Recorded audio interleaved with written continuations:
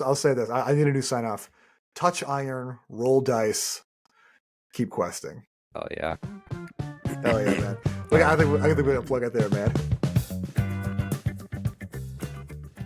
All right, I'm gonna hit the intro. Welcome back to the RF Fitness Podcast, brought to you by the rffitness.net, your source for online coaching built for and by busy grown-ups just like you, who are on the quest for health and strength in everyday life. I am your host, Rob Finlayson, certified older brother, fitness coach, and allergies survivor. And I'm here today with my special co-host, Colin Harasti, certified airplane fixer, North Pole local, and a nerd trying to do some of the things my character can do. I love that, dude. Hell yeah. So this is another special guest episode where we have a friend / client / fellow nerd, dad, D&D player, worker, outer person on tonight. You guys have the privilege of listening to Colin's dulcet tones. Colin, can you tell us a little bit about where you're from, what it is you do, and just who you are? Yeah, easy enough. So yeah, I live in North Pole, Alaska, and I killed a man. Joking on that last part, but I swear, you can, like, 90% of the time, you're like, hey, yeah, I'm from North Pole, Alaska, and I killed a man. Everybody's like, you're from the North Pole? And it's just this whole thing. Like, I'm glad you're paying attention. Really? Yep. Yeah. No, yep. I've never killed anybody. Just to clarify. Not directly, anyway. Yeah, I'm sure, yeah. Facilitated, maybe. Yes. Yeah, right? Yeah, so I wasn't originally from here, as my dad was active duty military, moved around all the time when I was a kid. Got up here when I was 16, and something about Alaska just felt right in my bones. And, so I decided to stay, and everybody else left, and this is home now for, well over a decade at this point. Hell yeah, dude. Yeah, as for what I do, I'm kind of in a weird position, kind of between jobs right now, but I'm working. So I am working. I'm full-time with the Alaska Air National Guard, which is a kick-ass job. Shameless plug. If anyone wants a job, they're hiring. Sure. But yeah, I'm working on transitioning into a full-time civilian career. I've got a couple options right now. Nice. Yeah, one's for the FAA, and I'm also jumping through some hoops for a job in Antarctica for a summer. So that'd be cool. Cool. Do they have those in Antarctica? They Summers? do. Yeah. It's, it looks like our spring, but yes. Sure. Yeah. Is that where we get the joke, what's black and white and red all over? It's a penguin with sunburn? That's what they get, I suppose. This in the summertime. There you can go. take that one and use it, yeah. Thank you. Yeah. Do you ever see like literally wildlife? Like, do you see like crazy animals and stuff? I mean, for you, probably not that crazy. Well, I mean, I think the other day on the Discord, if you guys aren't in it, you should join. It's free. Yep. Thank you. Yeah.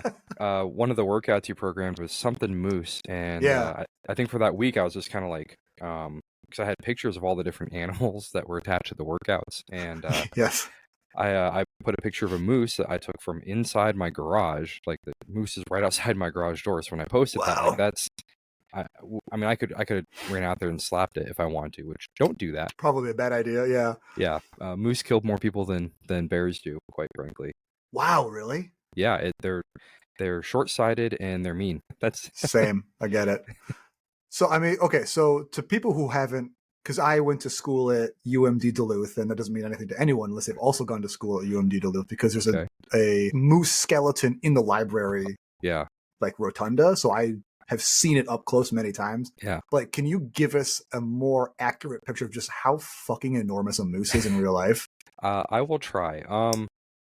Essentially, if you picture like a four-door, sedan, you put it on stilts, paint it tree bark brown, and make it really angry. That's basically a moose. Like, you don't appreciate just how large this animal is until you see it in person. You're like, there's no way that's a real thing. Yeah.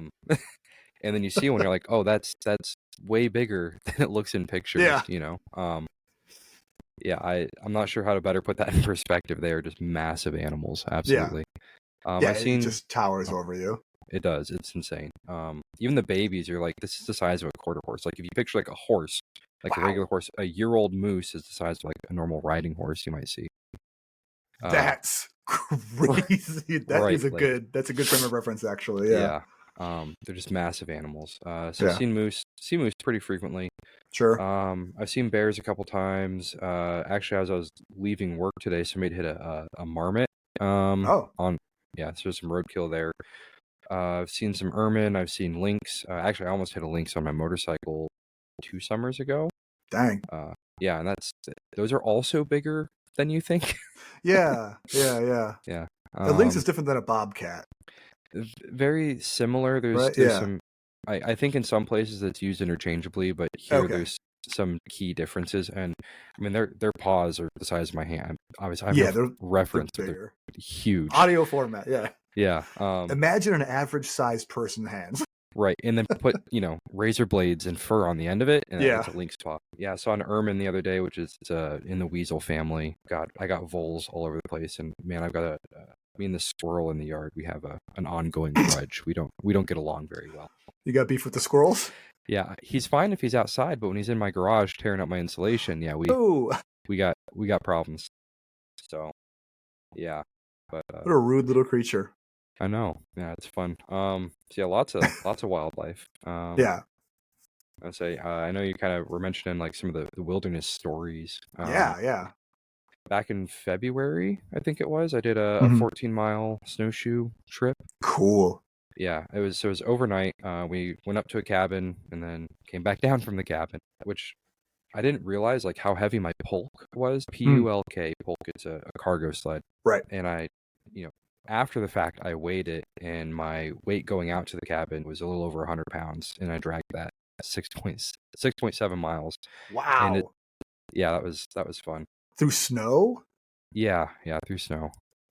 Fuck that. Well, Respectfully. if I didn't drag it, I would have had to carry my dinner, my firewood, my sleeping equipment, my all the other stuff, all the layers. They never make you do that in D&D. You No, know? you just It's hand kind wave. of there. Yeah, magic. Yeah. A wizard did it. You travel. Ta-da. Like, yeah. People are like, oh, travel is so boring. You have no idea. Yeah. How much worse it could be.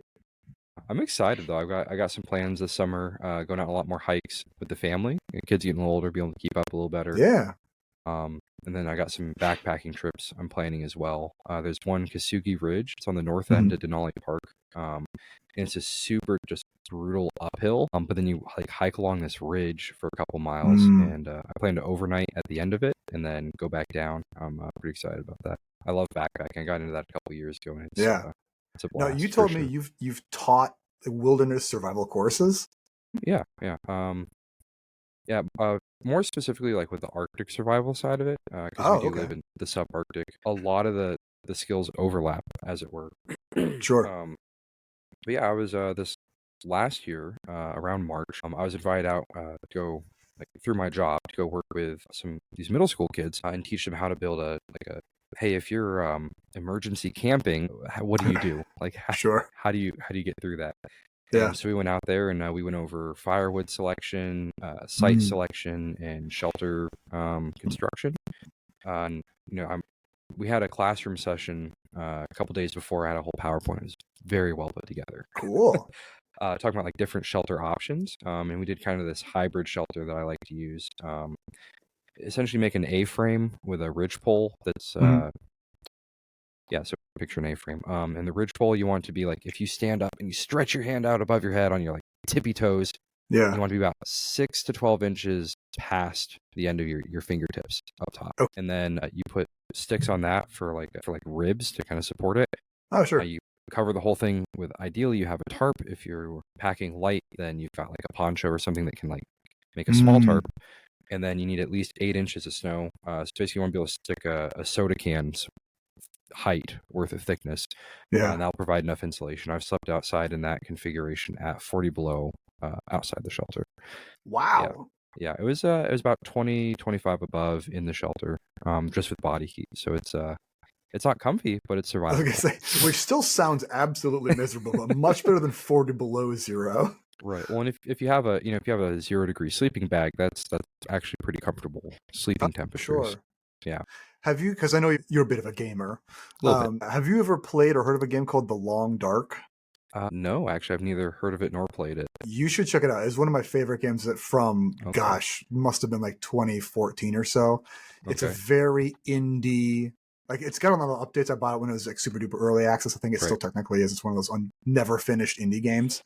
But it's a first person survival game, and like survival is all there is to it. Like the story is like your character was in like a single prop plane when there's like it's essentially Hatchet, yeah. And then there's this like geomagnetic event which shuts down all electronics, like society crumbles, your plane falls out of the sky and you wake up, go. And you just have to like collect firewood and like find clothes, and like you're like in the Canadian wilderness, and like there's not really like there's no zombies that chase you or anything like that. There's no other it's literally Mother just Nature. you. And and there's like wolves and stuff who like harass you, and there's a bear every now and then who will like wreck your shit. But it's very like I've loved it for a long time. It's a very like almost meditative game. Okay. It's very beautiful to look at, great music, and you know, it makes me feel like I could probably do it, but I don't think I probably could in real life. It seems way harder. Man, come visit sometime. We'll practice all that in my backyard. Well, I've got the setup. Don't tempt me with a good time, Colin. Well, so you know, that was actually one of the things I had written down. Because in your podcast, hold on, if you guys haven't listened to all of it, you really should. I finally got caught up. Achievement unlocked. Nice. On a previous episode, I believe it was the Kauai Christmas Grandpa episode. You mentioned that building forts in the woods is baked into male DNA.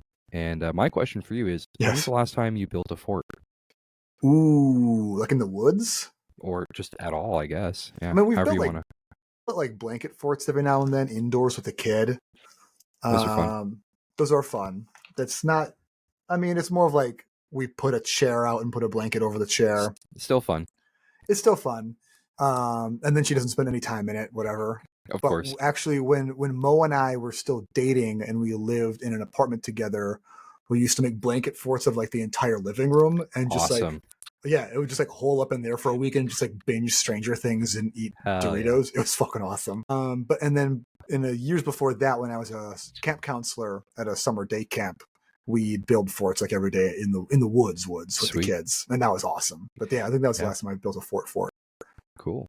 Oh no, that's awesome. And like seriously though, if you're ever in the neighborhood, like let me know. I'll grab you a beer or something. And we'll go build. I don't think I'm going to be in the neighborhood unless I'm there specifically to visit you. I don't think North Pole, Alaska, the kind of place you just wind up in on accident. I mean, you know, maybe. Yeah. I'll play tour guide. I don't mind. It's fun. I'll take time off work. Let's go, man. It'd be awesome. That's dope. Yeah. Yeah. Same thing. If you make it down here, I know we've talked about you coming to Ragnarok a few times. Yeah, for sure. Yeah. Actually, that does segue into my one of my kind of time waster questions. But let's go. Yeah. Not really a question. I should say, sell a vacation to someone who's never been to the Minneapolis-St. Paul area. Like, how would you? Because I don't like cities. I live here for a reason. But sure. Why should I visit? Besides, I would honestly visit just because your birthday sounds amazing. Quite frankly. Don't worry, it happens every year. But I have to sell that. I got to sell that to Naomi. To everyone else, yeah. Why you're taking the kids, right? So. I would say that, especially for someone who doesn't necessarily like city living, a trip to Minnesota, specifically the Twin Cities, is that it is really like the sweet spot. You can get as much city as you can handle and then be in the wilderness in like less than 20 minutes. Cool. There's like a city ordinance where if you're in Minneapolis or St. Paul, you are never more than 6 miles from a park with green space. Wow. Yeah, that's on purpose. There's like very intentionally planned like walking and hiking trails, biking trails everywhere. That's cool. Around here, which is pretty rad. Yeah, it's I never want to live anywhere else. This is like really the perfect balanced state for us. And we got the Mall of America, whatever. That's just for my fellow Minnesotans. Anyone who lives in Minnesota hates the mall. Mostly because anytime someone comes in from out of town, we have to go to it, and it's full of everyone else doing the same thing. It's like the Strip in Vegas. I get it. Exactly. I just kind of have to go there. But we have I really like the Minneapolis Institute of Arts, which is where they have the cherry and spoon sculpture, which is famous. Probably one of the only famous pieces of art I feel like in Minneapolis, other than everything Bob Dylan and Prince have done. Oh yeah, fair enough. But honestly, as far as like things to do in the city, I don't know. I don't get in the city myself very much. You guys have there's like a water park or something there, right? Like a big indoor water park or something. Or I thought somebody. We have the Great Wolf Lodge, which is an enormous indoor water park. Okay. just over the border in Wisconsin, though, they're the water Okay. park state. They're like the water park capital of the world. They have the Kalahari, which is, I think, the biggest indoor water park maybe in the world. Maybe not in the world. I bet Dubai has a bigger one. Of course. They have a bigger everything, yeah. But it is absolutely enormous. And they have, if you go to the Dells, my mom, my sister, and I will talk about the Dells at some point, I'm sure. But like, my mom fucking hates it there because she's like the least touristy person in the world. Gotcha. And she passed some of that on to me. So like, you go like once and you're like, I'm good forever. Okay. But there's enough like fun touristy stuff to do out there. And it's like maybe a 2-hour drive away from the Twin Cities. And okay. Again, like, yeah, if once you're in the Twin Cities, anything you could want to do, just like in general, is around. If it's shopping or eating or art or wilderness or camping or whatever. That's cool. That is definitely something I miss about living in the lower 48 is like road trips that's a feasible thing. Yeah, your neighbors are pretty far off, huh? I mean, like your neighboring towns. Yeah, it's about 30 minutes to get into like what we all call town, to be Fairbanks, which is the second largest city in Alaska. That being said, like the city of Fairbanks, I think itself proper has 35,000 people in a good year. Okay. And like we have boroughs, not counties, and our borough is the size of New Jersey, for perspective. Wow. Okay. And that pushes the number up to about 42,000 people in that area. So.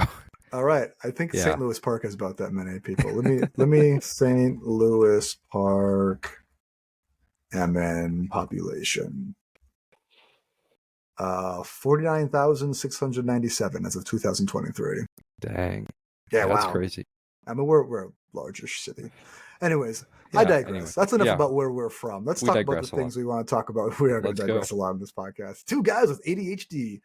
Let's talk a little bit about fitness, because that's how this whole journey started. So back when, and I got to say, Colin, I think you were probably like my most you were my most through line client that I've had since I started coaching online, like who started the earliest and is still going. Cool. Because I think we started working together in like 2019 or 2021, I believe. 2021? Yeah, okay. Yeah, because I was in Guam. Because you were in Guam. That's right. Yeah, tell us a little bit about that journey for us. How did you get to me? Oh, man. So what happened was... So yeah, that trip, we were really focused. My wife and I were really focused on paying down debt and stuff. So I was just really buckled in, staying in my, going to work, doing free stuff like hiking and snorkeling. A lot of that on an island that takes an hour to drive around, as it turns out. And that's if you stop for lunch too. Sure. But yeah, I was trying to stay in my hotel room. Fitness wasn't really a big part of my life. I was in band and like I did JROTC and stuff, but like there's like one day a week where we did push-ups and sit-ups, and then you ran around the track or back and forth in the hallway, depending on the weather. So that wasn't really like a big thing for me. I didn't do weight training. I didn't have like I wasn't a sports ball person. I'm still not a sports ball person. Me neither. But I was realizing, like, as a job requirement, right, I have to stay in shape, and I kind of talked over with my wife. Well, let me back it up a little bit. I was talking to one of my coworkers I was over there with, and he was telling me, I was like, hey, what do you do? Like, what do you do for working out? Like, how do you, what's the secret? How do you do this? And he was telling me that what he does is he'll take a deck of cards, shuffle it up, and then each suit is a different workout, and then you do the number of, whatever reps based on the card. So if it's an ace, you do 1. If it's a king, you do 13. And so, I got a 10 of spades. Okay, 10 push-ups. Oh, I got a 5 of diamonds. That's 5 sit-ups or whatever. Like, okay, that's cool, but like, what if we did it with dice? And I'm like, I bet you somebody out there has already figured it out. So I searched like D20 workouts, and I'm like, what's this? And I saw the old before the rebranding. Yeah, I was like, that looks like a 20-sided die, and I'm pretty sure that's some sort of a weightlifting device. Let's click on that. And I went into that and I looked at, reading about this personal coaching stuff. I was like, okay. And like looking through the different options, I'm like, well, that's not going to do it because I don't know what I'm doing. And going through and I had the one-on-one, the personal coaching. And so I took that back to my wife. I'm like, hey, so like, here's what it's going to cost. But like, if I don't improve my fitness, being unemployed is going to cost a heck of a lot more. Yeah. And she's like, okay, you know what? Fair enough. Good argument. as it turns out, like that's one of the quickest ways to get out of the military is to fail a couple PT tests. Really? Yeah. So I'm not. That's never mind. That's a rabbit hole we do not need to go Sure. down. Yeah. Okay.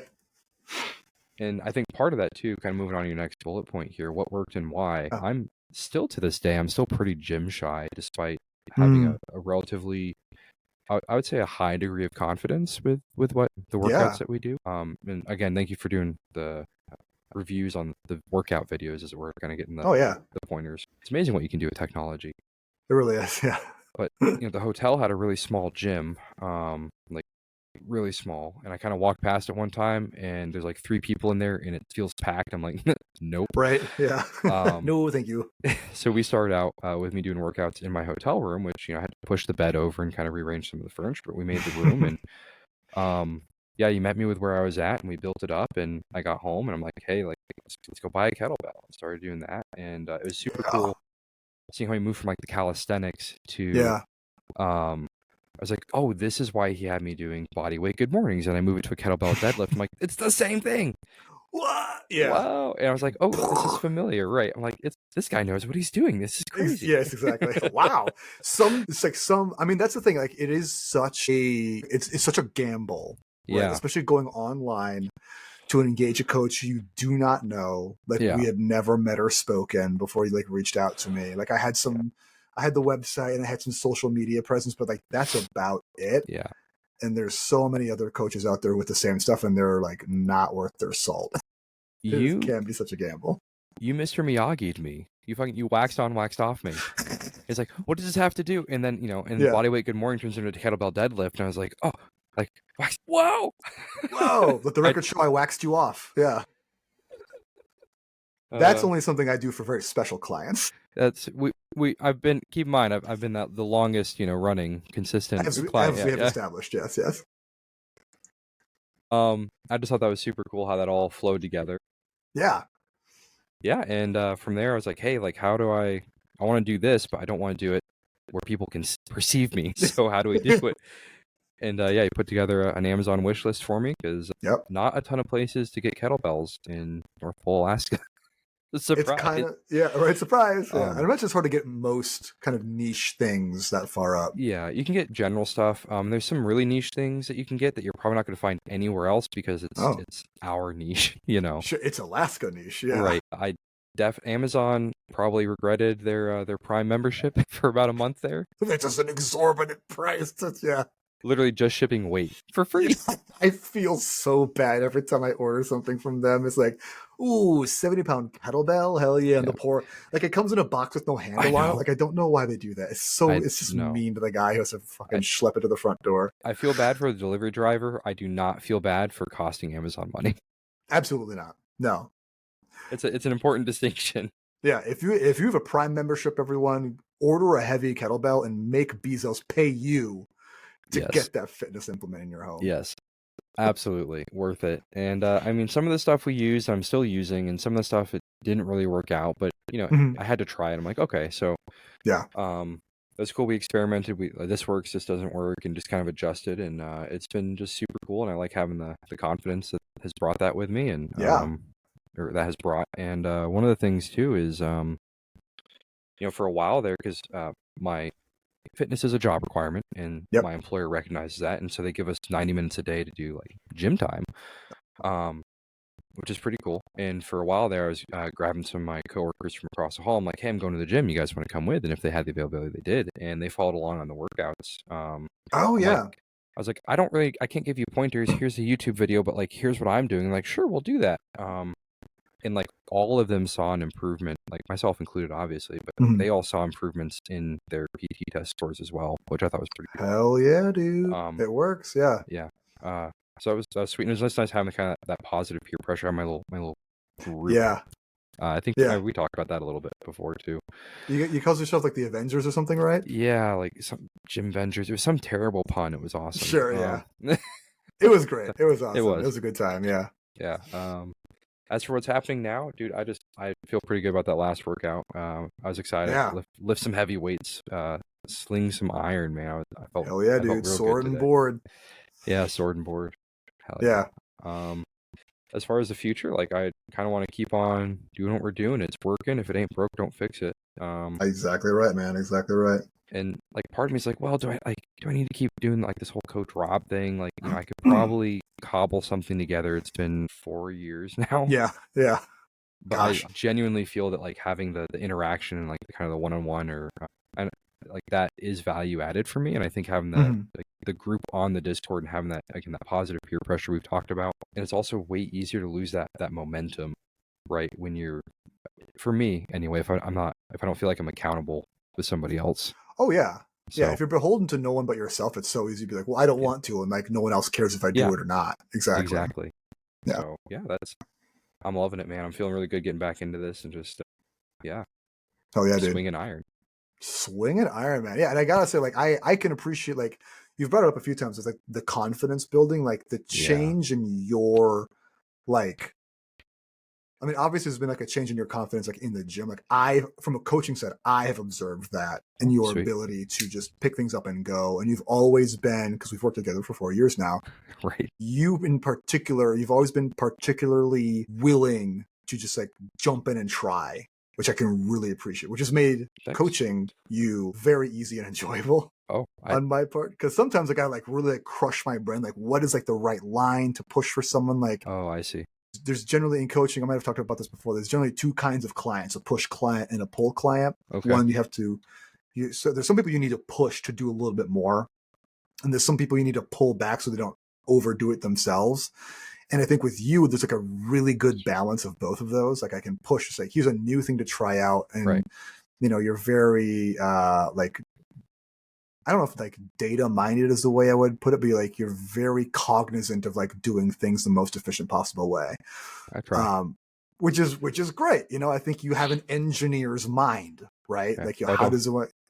How do I make this work? How does this happen? What are the bits and pieces to this? Right. And That's like I fair. said, seeing the component pieces come together and assemble them later on down the line is something that has been very rewarding for me to see payoff Oh, as sweet. well. I'm glad it's Fuck not yeah. one-sided. Yeah, right. It's been Appreciate that. very cool. Awesome. Yeah, actually, you said I'm, engineer minded. But I was Right. gonna say I don't have an engineer's degree, which is kind of the problem. Which Oh, segues nicely into one of my questions. yes, please. So, for context, something I struggle with is completing college under the ADHD heading, right? The thing is, there just isn't a degree program out there that I want badly enough to stick through all the core requirements to get. But like, you have ADHD and you have a Yeah, degree, if memory serves. So, correct. what, if any, would you say were your keys to success in making it through an academic environment? Let me put you on the spot here real quick.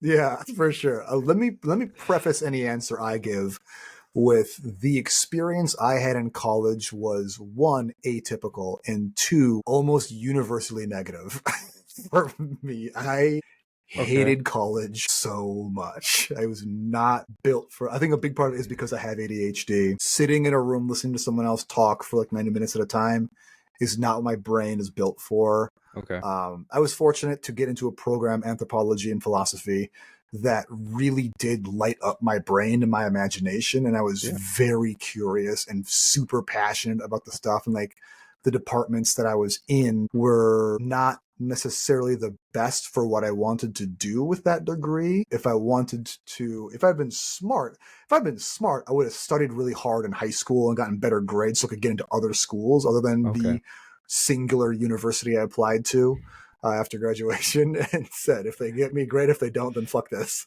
Fair enough. The UMD said yes, so I went in. Okay.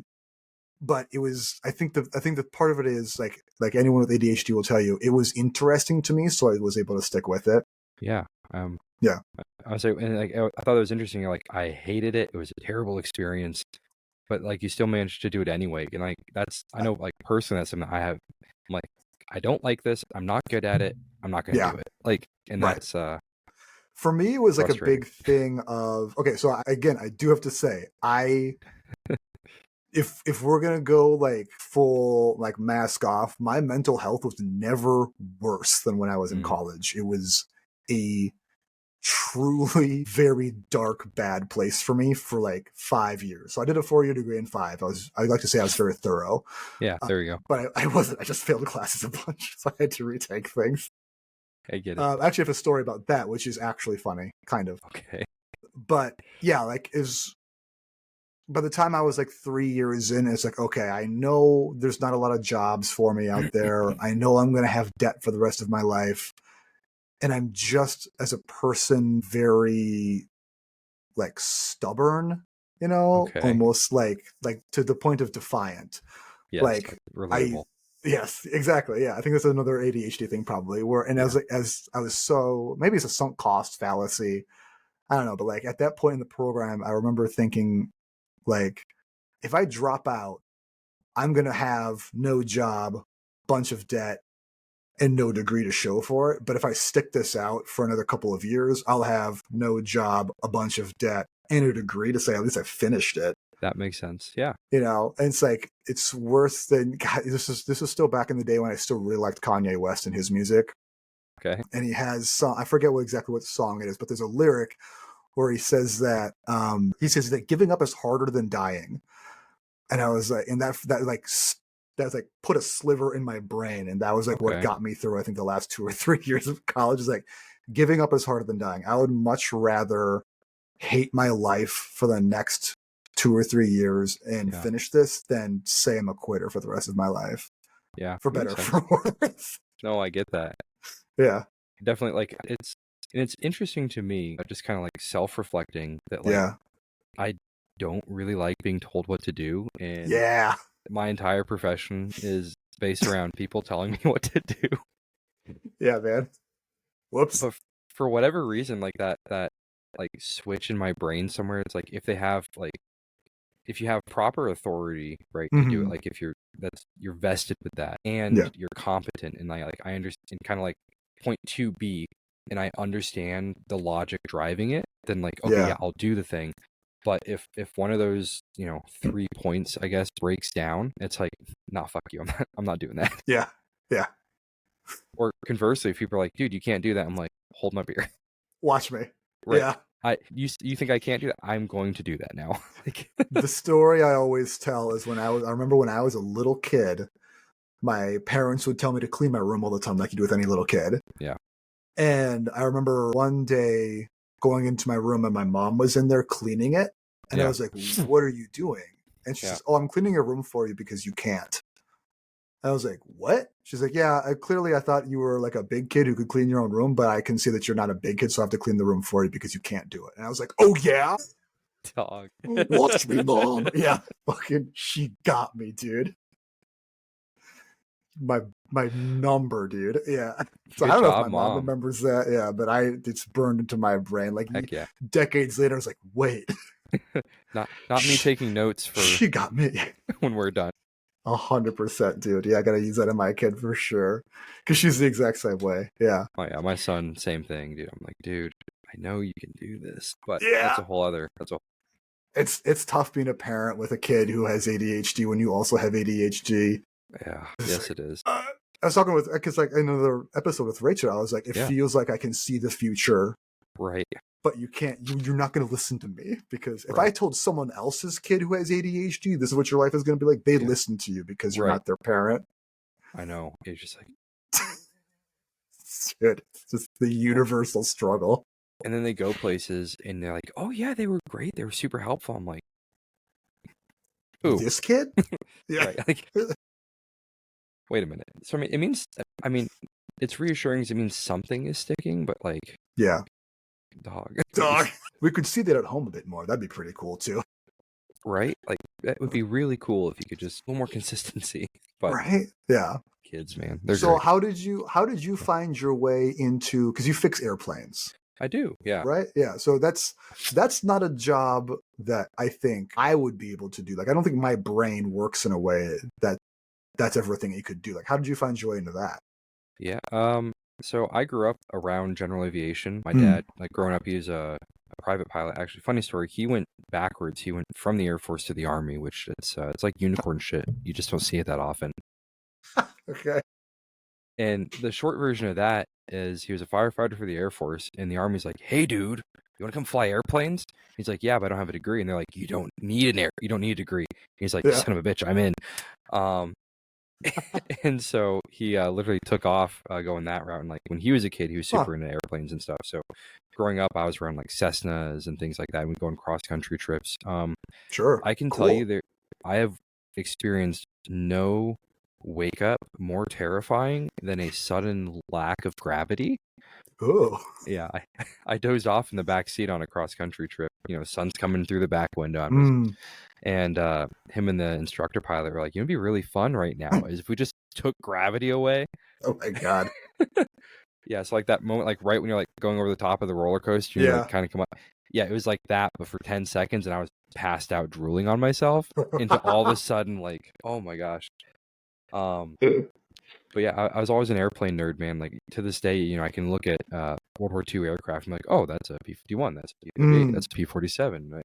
And I've got all sorts of dumb factoids. So I got up here, and thankfully, like my JROTC instructor, he had been one of the maintenance group commander for what is now my unit back when he was in before he retired. And so he had a lot of connections, and we did a lot of stuff with the Guard.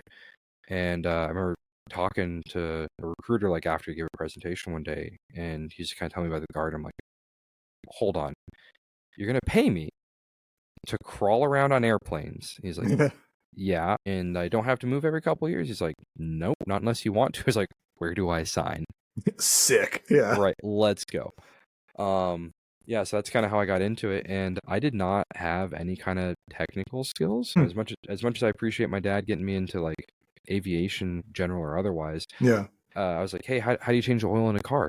We just pull out the drain plug and you replace the filter and you put the drain plug back in, fill up with them. I'm like, I have no idea what any of those things are. Yeah, right. Like, thank you. You know, and I kind of joke sometimes because when you go through like your technical training, which is designed to take somebody that's never touched a tool in their life and teach them how to fix airplanes, you know, your first block is safety. It's like, hey, if there's a big spinny bit, don't put your finger in it, right? Like, right. Like this level of basic, yeah. Yeah, they can literally, it's designed to take anybody with a minimal level of potential and take them there. And then the second block is hand tools, and they're like, this is a screwdriver. There's two primary types of screwdrivers. I'm like, sweet, screwdriver. Like I was taking notes. But that was the thing. I'm like, okay, so I get to be around airplanes all the time. Like, cool. I don't have to move every couple of years. If you're a dude in my family, you join the military. Like nobody tells you that, but that's what you do. Kind of what you do, yeah. Yeah. And I had no technical skills, so I'm like, you're gonna teach me how to like fix stuff because that's something that is fascinating to me. Am I frozen? Yeah. You waiting for a IVCam connection? IVCam. I can hear you. Yeah. Okay. Well, I mean, it's an audio format, so it is now. It's gonna take too long to fix that. Sorry. No sweat. Anywho. Yeah, I'm like, so crawl on airplanes, don't move every couple of years, teach me how to take stuff apart and put it back together again. You're like, yeah, I'm like, cool, let's go. I had a couple different options in that. You know, there's the vehicle maintenance side for like a automotive mechanic. I'm like, no, airplanes. I'm like, okay, and I go through a couple options. I remember I was looking at one of them. I'm not gonna call out that career field, but my recruiter kind of like leans back and he's like, you know, Colin, I've got to know you pretty well over the last month or two. And I could see him trying to figure out like a professional way to say what came next. He's like, I think that you would enjoy something a little bit more engaging. I was like, I don't know what that means, but okay. Okay, yeah. And so I became an aircraft electrician, and then I interacted with members of the not aforementioned career field. Sure. And I was like, it makes sense now. I get this is more engaging. Yes. And so I got a lot more like it's a lot more technical too. There's more troubleshooting and just more, it's a big puzzle. And when you go to work every day, it's not you don't know what you're going to do every day when you show up. And like you have a general shape of things, but like, you know, if you're in jet shop, you work on engines, right? And I fix an engine. And if you do, you know, avionics, like I'm going to fix a computer, but the aircraft I work on is KC-135. They're made in the 60s. Each of our KC-135s has over 7 miles of wire on it per tanker, right? And conservative estimate, I'm responsible for 70% of that.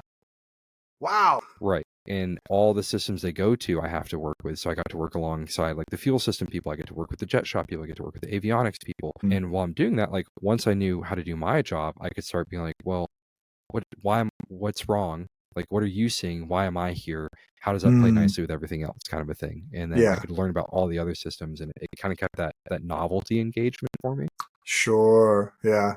And yeah, that was just kind of, and I'm living proof that common sense can be learned and taught. Right. Did not start that way.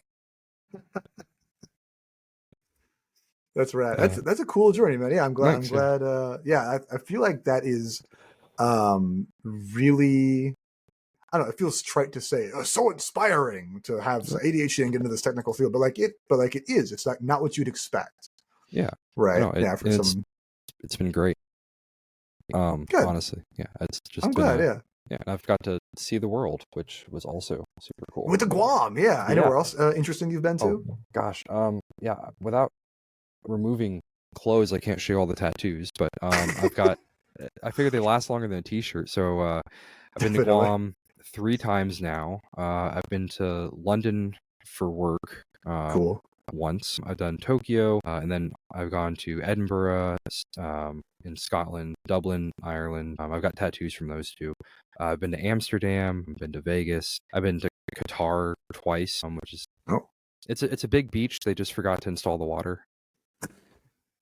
Nice. Yeah. And done a little bit of I've been to Germany twice now, and once you're in Europe, getting everywhere else is super easy.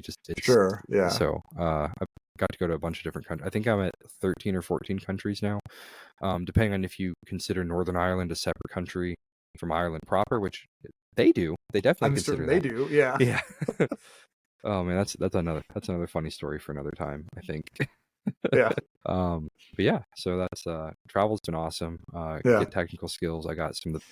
I mean, it's trite, but I've made some amazing friends. Yeah, that's awesome. And I can confidently couch surf on a good portion of the globe, should I desire to, which is kind of cool. Yeah, man. That kicks ass. Thanks. So that actually leads me into my next thing that I want to cover a little bit. Like, you've gone all these real life adventures. Yeah. But yet another thing that you and I have in common, because the more I talk to you, the more we hang out, the more it's like, oh yeah, we're basically the same person. Right. It's awesome. It's pretty good. It's pretty cool. It's Dungeons and Dragons. We both play a lot of that. And I know that you have a very specific, I don't know, you got a very particular skill set.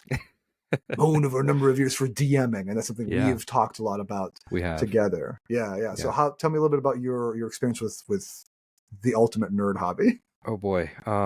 So what happened was, I started out as a big Star Wars fan. My little brother, he went over to a friend's house, and his friend introduced him to the Star Wars role-playing game, revised core edition. He's just like, this is amazing.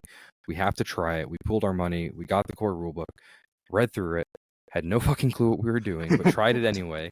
And that was kind of my introduction to D20 systems. Didn't really find a group or anything like that. I wasn't super popular in high school because I liked things like D&D and Magic the Gathering. You're right, exactly. Yeah. Although I hadn't really been introduced to D&D at that point. And so a couple years later, I just talking to some folks, and they're like, we play Pathfinder. I'm like, what is that? Yeah. And they explain, they're like, it's like D&D, but like not. I'm like, cool. They're like, do you want to play? I'm like, sure, I'll try it. And I read through it, I'm like, oh, okay, this makes sense. I start playing, I'm like, this is awesome. And then I think like after a year or two, I talked to our DM. I'm like, hey, do you mind if I try running like a one-shot or kind of try the other side? And he's like, yeah, please. I was like, exactly. Which made no sense at the time. I'm like, oh, I get it now. Yeah. And I was gonna say, you asked to be dungeon master, that never happens. Yeah. Right. Never. I was like, yeah. So I did that, and I was like, okay, this is kind of cool. Got some really good feedback. I was like, oh, this is nice. Harder than I thought it was going to be. Yeah. But then kind of somehow that evolved into me starting my own campaign, and then Dungeons & Dragons 5th edition came out in 2014, and I picked that up, and that group started playing it. I'm like, this is kind of cool. And then life stuff happened, as D&D groups do. We kind of went separate ways, and I'm like, well, I miss doing this, so let's play it. I'll make a group, and I've been wearing the DM hat since then. Putting together a team. Yeah, man. That's awesome. So one of the things that I think a lot about with Dungeons and Dragons, specifically with DMing, is how much the skill set of being a good DM has so much carryover with Oh man, so many other parts of life. Like, is I this have something you've encountered? I have one like gem of a story for this, and I'm so Please. glad you asked. So I was a couple years. Oh gosh, I don't remember. It would have been right maybe on the tail end of COVID. It was after I got back to Alaska. I spent Mhm. 2 years in Oregon, said screw this, and came back. I was like, this sucks. Okay, I remember Yeah. why I live there now. Yeah, okay. Right. Hey, can I have a job? They're like, absolutely. I'm like, yes. So I came back. But I got a jury summons, and I read through Mm. the letter. I'm like, okay, easy enough. Call every day, see if they need me. Like, hey, we recommend that you watch these YouTube videos from the state of Alaska court system, and like, so I read through. Mm. This is what to expect as a jury person. This is kind of all how these things work. I'm like, oh, okay, well, it's what the package says. So I'll read the package. I'll follow the package. We're good to go. Yeah. Of my peers on the jury, I was the only person that read that and did Oh my that. God. So I Yeah. kind of became the jury foreperson by default. And after we go through, these 2 days of the trial, and we're going over the evidence and comparing the stuff, and we're having these conversations, and a part of it is you need to hear from all of the jury members and get their input and stuff. And at the end of the day, I'm like, why did that feel so familiar? I'm like, Yeah. oh, I was just being the DM. I was making sure that all Yes. the characters get the spotlight. I was like, oh my goodness. Yeah, man. I'm like, this is wild. I never thought, because it's just such a 1-for-1 correlation between, hey, it's not your turn. You're not in your initiative order. Let's go talk Yeah. to the rogue now, okay? Yep. Yep. And these are people like I was pretty kind of on the low end of the age curve. Mm-hmm. So and I'm talking, with very like office proficient business professionals. I'm talking with another civilian aircraft mechanic, actually. Oh. But everyone from early 20s. I think our oldest jury member, I think he was in his late 60s. And so I've got this mix of people. And I'm talking, and I'm like, oh, hang on, we haven't heard from this lady, and so she Yeah. says her piece, and I'm glad that they did, because they had some really insightful comments that I don't think they would have. I mean, not to pull my arm out of its socket, bragging, but like I don't think Yeah. that would have seen the light of day if I hadn't had that kind of skill set. Yeah. Like, hey, and it was just like, why was that so familiar? And it was like, oh, light bulb. So that was Yeah. that's super cool. And I wish I could say, yeah, the Air Force gave me this. Like, nah, dude, it was It's Dungeons and Dragons. I was hallucinating with my friends for the last couple of years. Group hallucinations. Yes. Maybe you can boil that down to that for sure. For sure. Yeah, but I mean, yeah, that's kind of the thing I'm like that strikes my mind is that I've said a couple of times. I think I said it earlier today to someone. But like every job is a people job. All work is Yes, people work at absolutely.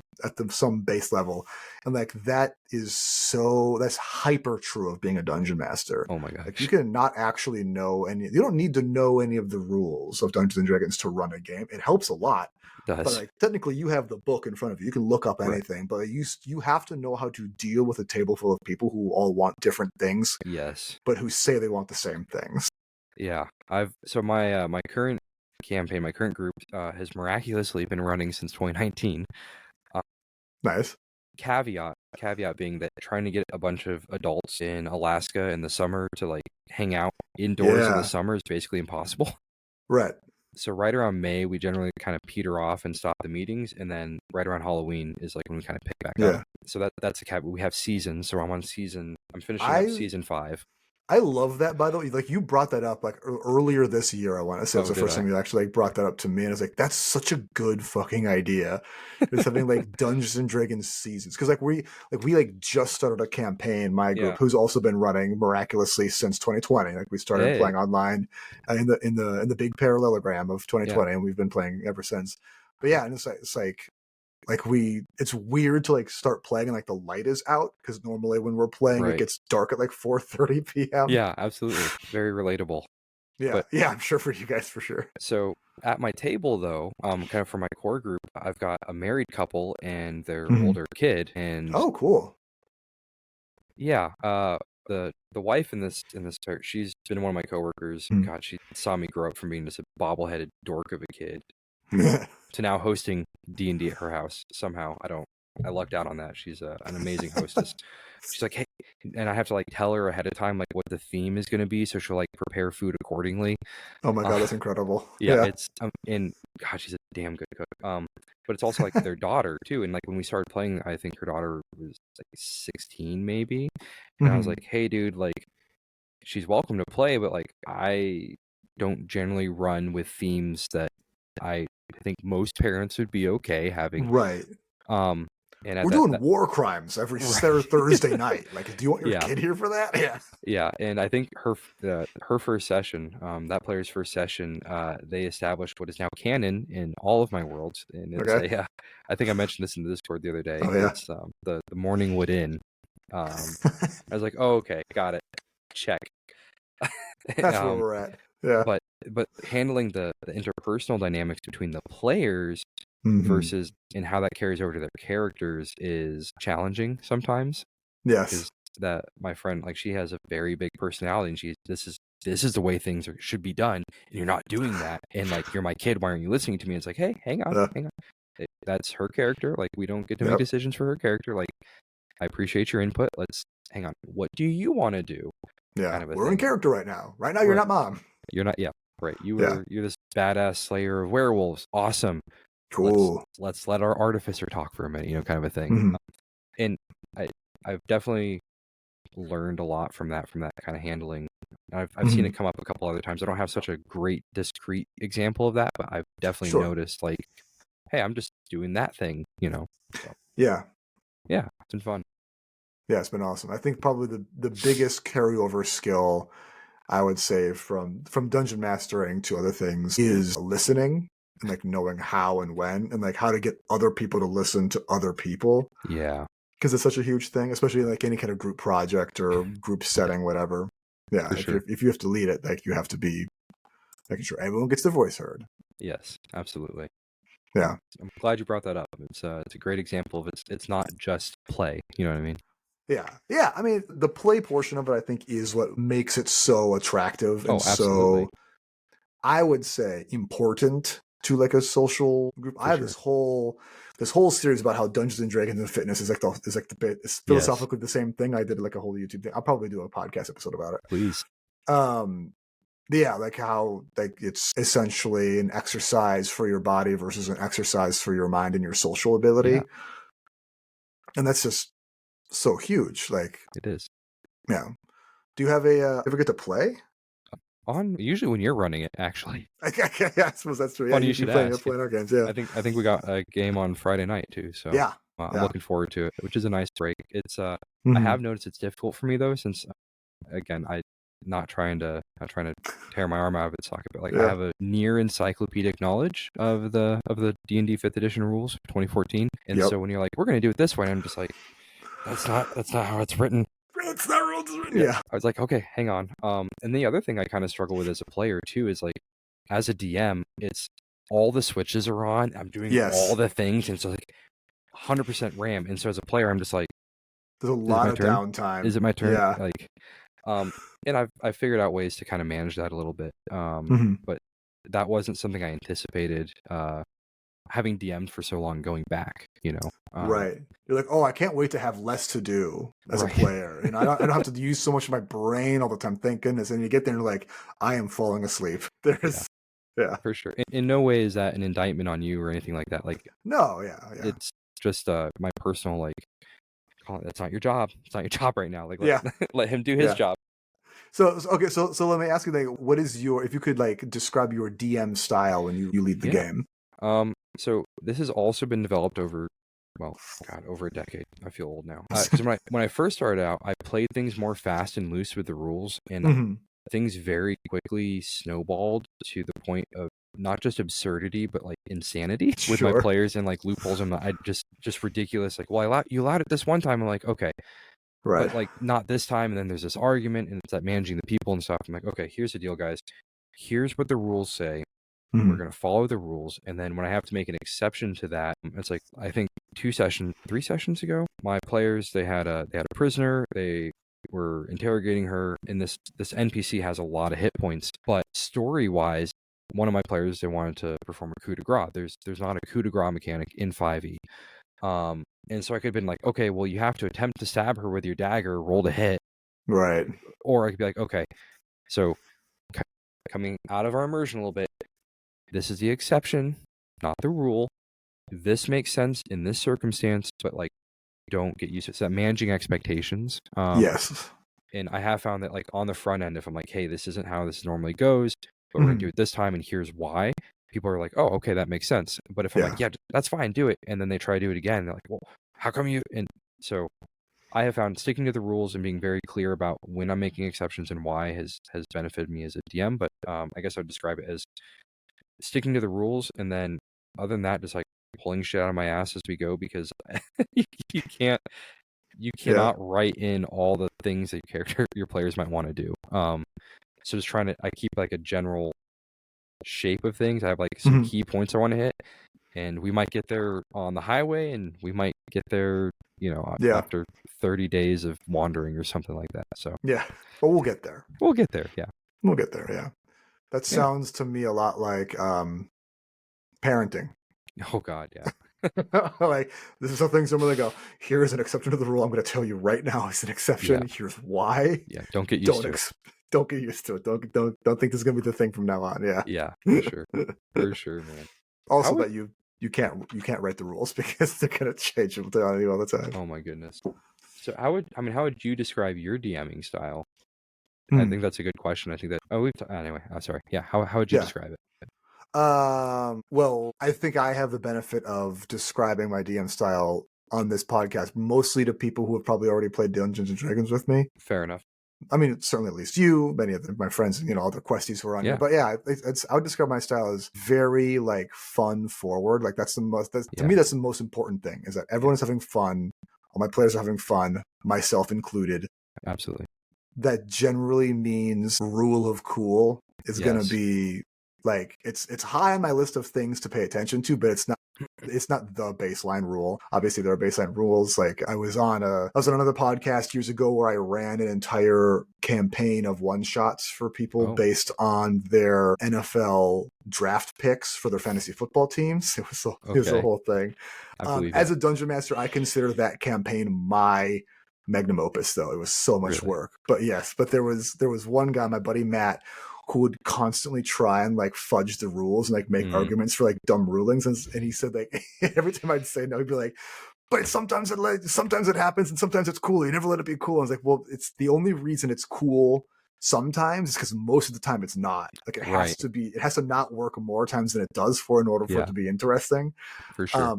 So there's definitely that. Like I want to make sure that there's like an internal narrative, an internal sense of things. And I'm very, in my long form campaigns, which is what I run very rarely these days. Understandable. I'm very narrative focused. I'm super keyed in on like, here are the beats I want to hit. Here are the character beats for each character. Like when I ran my homebrew campaign, I had like an enormous whiteboard that I put up. I've told you this. We were talking about that, yeah. Yeah, we were talking about this earlier. Yeah, I put it up behind my computer, which had like Arc 1, Arc 2, Arc 3 lines, Chapter 1, Chapter 2, Chapter 5, and 6, like on Post-it notes for like all the beats and like the characters and where they're at and what they're doing. And it was like, because I had seen somewhere like this is how they run a TV show, and I was like, I want to run my campaign like a season of a TV show. Yeah.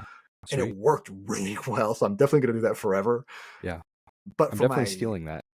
Yeah, you should. For someone with ADHD, like having that visual thing that I can like then pick up and also move with my hands was huge. But for most of what I run, which is one shots or like loosely connected one shots, I like to be very thematic I take thematic over narrative because we don't have the time to develop a narrative necessarily. The little mini adventure that we're in right now, the theme is Dungeon and Dragon. Like we're in the dungeon the whole time. There's always a dragon. Yeah. Because I think you said in the last game, I've never seen so many dragons in dungeons before while playing Dungeons and Dragons. Because like that occurred to me while I was planning for the season. I was like, we just don't see a lot of dungeons and dragons in Dungeons and Dragons. What a missed opportunity. For sure. And I think you touched on something that like I really admire in your DMing style. Because something that I struggle with is you are much better about keeping that rule of cool and like, for lack of a better term, like allowing things. I'm like, I wouldn't do that, but it works, and it works for you, and you're able to do that because I'm like, this is what the rules say, and then we're gonna do the rules. I try, but it's so hard for me because I'm comfortable doing it my way now. Yeah. So I think that's something that you do really well. And that was actually when I was talking about like with the coup de grace on the werewolf NPC. I was like, you know what would Rob do? Like, Sure. Oh, thanks, man. Yeah. yeah, no, and it was cool. I was like, okay, yeah. I was like, no, it makes sense. It's not going to break anything. And if I established that, hey, this isn't an all the time thing, and it worked out, and it worked out really well, I think. So yeah, no, I appreciate that, and that's just want to like say like that's cool that you're doing that, and I do admire that you can do that because it's hard for me. For sure. And so thank you. I appreciate that. And I think what that comes from my allowing myself, like giving myself permission to fudge the rules sometimes, especially as a DM, because the rules are hugely important to Dungeons and Dragons. It doesn't really work without it. Right. And especially in 5th edition 2014, it feels like one of those systems where there are so many rules that there almost aren't any if you're not paying close enough attention. Because there's rules for everything, so you can kind of just scrap it and say there's rulings for everything instead, which is part of why I liked Karen so much last year. Yeah, Karen was cool. Karen was awesome. But what I fall back on a lot is that everyone has to be having fun. Yeah. And if I'm getting bored of an encounter, people have been bored for several minutes already. Like my players have been bored already. Yeah. Exactly. Yeah. And people are kind of glazing over and checking out. So that's when like there's one guy left, like one mook. And they're like, okay, he has 27 hit points left. His AC is 15. We could ring around the rosy the turn here until he just whittles away. Or I could say he gets away or the next thing just kills him outright because we don't want to fucking waste our time. Exactly. Yeah. We don't want to waste our time here. What are we doing? Yeah, for sure. Stuff like that. So, because it's more narratively forward, it's more thematically forward than it is rules forward. That makes I'm sense. making all these gestures like someone can see me. Right. It's for your benefit, Colin, more than anyone else's. Thank you. And I will say for anybody that is listening to this that plays Dungeons and Dragons, if you haven't tried playing other rules systems, I highly recommend it because there are things that I've taken from like Fate, the Fate role-playing game. I'm like, I really like this, and I'll drag it over. And it's obviously not a 1-to-1, but I'm like, this makes sense, and this would be a cool mechanic, and I can kind of, massage it in. And just getting ideas from other settings and other campaigns and stuff, I think is really valuable. Yeah. So Fate, Cairn, I'm actually learning Starfinder right now for a different group I'm going to be starting up soon. Super excited about that. And I think that'll make you a better dungeon master. For those of you that don't play any sort of tabletop role-playing game, what are you doing? I would highly recommend looking into it and trying it out because it's not just like this. I mean, yes, it is nerdy, but about half of my players right now, you would not talk to them on a day-to-day basis. Be like, this guy's a fucking nerd. It's like one of my players, he's a union welder, right? Like he goes he's like manly man. And one of my other players is a lead safety person at his company and like for an oil refinery, right? Like these are not people that you're like, oh, this clearly plays Dungeons and Dragons, like but they play and they show up and they enjoy it. And I think that's one of the things I do like about it is it is accessible for people. It's like, give it a try, and like if you can't find a group, make one. Like it's scary DMing the first time and you are gonna mess up. I think that managing that expectation though is like, hey, this is my first time doing this, I haven't done this before, I'm gonna try doing it this way, but this might change in the future. And again, my experience so far is my players have been very understanding. But give it a shot if you haven't yet. I recommend it. It's just it's a good social experience if nothing else. Definitely. And there's life skills I think we got touched on. There really is. Yeah, we were just talking about that. Yeah. I guess that's my plug for the episode. There you go. I'm plugging role-playing games. You know what? Play role-playing games. I'll say this. I need a new sign-off. Touch iron, roll dice, keep questing. Oh yeah.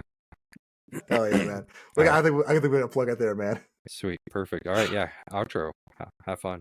Outro, let me do the outro here. This has been the RF Fitness Podcast. Yes, I am available for online coaching. To find out if it's right for you, head to rffitness.net. That's rffitness.net, but you know how to spell. Scroll all the way to the bottom of the page to see what kind of coaching I offer, and if it's right for you, you should do the client application and hit join the party to jump into our community Discord server for free. Our theme music is Funk AF by Everett Ullman, distributed by YouTube Studios. Thanks for listening, and as always, touch iron, roll dice, and keep questing. Hell yeah. Hell yeah. Awesome.